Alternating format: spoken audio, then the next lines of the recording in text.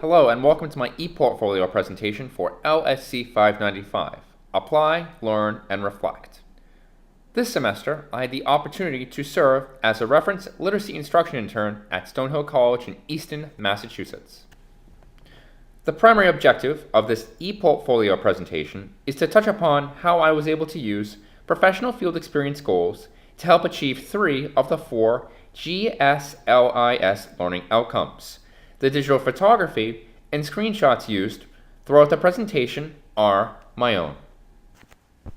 To attain learning outcome number 2, information literacies and lifelong learning, I was able to help patrons at the reference desk throughout the course of the spring semester. While serving at the reference desk, I responded to over 50 questions for an average of 2 queries for every shift I interned at Stonehill College. Of those questions, 16 were from patrons needing help finding a journal article, 10 were provided citation assistance, 9 required aid locating a book or video, and 8 had a technology issue that needed problem solving. The most often used databases for journal article assistance was Academic Search Complete and PsycInfo, while students asked questions about MLA, Chicago, APA, and CSE citations. To satisfy the second learning outcome, I also assisted librarians with information literacy instruction. For 20 different literacy instruction sessions, I had the opportunity to conduct a full presentation from start to finish 5 times. In addition to teaching 7 business administration classes, I aided with 10 other disciplines that included healthcare administration, women's issues, criminology, and psychology. Of the databases I showed students how to use, I demonstrated using Business Source Premier in 6 classes, Academic Search Complete in 3 courses, and an environmental law class learned the finer nuances of federal and state law when I did a demonstration in Nexus Uni. While I didn't get the chance to engage many faculty in any literacy information outreach, I did get the opportunity to collaborate with professors during in-person meetings and through email to plan a lesson. I also helped faculty as part of my regular functions on the reference desk, whether it was in person or over the telephone. To work towards completing the third outcome, media and technology, I attempted to complete an assessment project to figure out what information resources the Stonehill Library had within its collection for a new speech-language pathology minor. The project involved reviewing 17 printed books and as many as 175 electronic books, while I also appraised the periodical collection that the students and faculty had access to within the speech pathology discipline.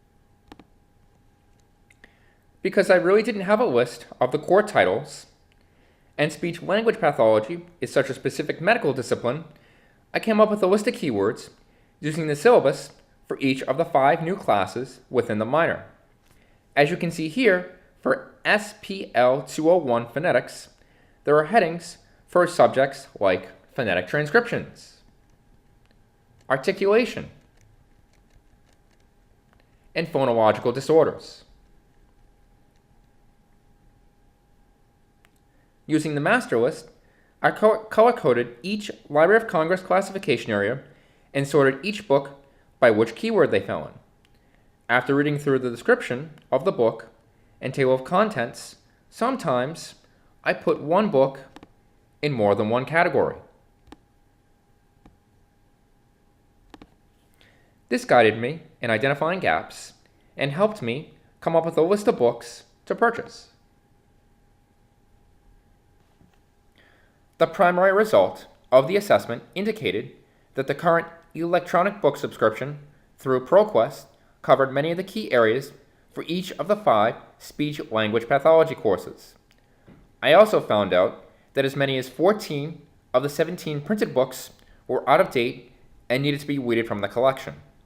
Surprisingly, without any of the reference staff knowing about this prior to my research project, the library had full-text access for 23 different speech pathology journals going back 10 or more years. Ultimately, I recommended the library purchase 6 titles and suggested 4 other books to fill in a few of the gaps in 4 of the 5 classes. While I did not get the chance to design or create any audio-visual teaching materials, I did have an opportunity to produce a LibGuide to help complement the speech-language pathology minor research that I had completed. As you can see here on the LibGuide, the primary focus included publicizing the database subscriptions and electronic books holdings,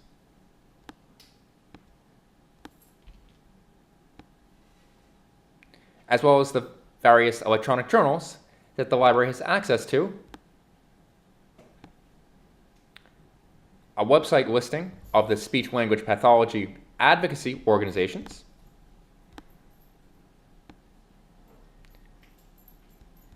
and a link to the library's APA citation style guide.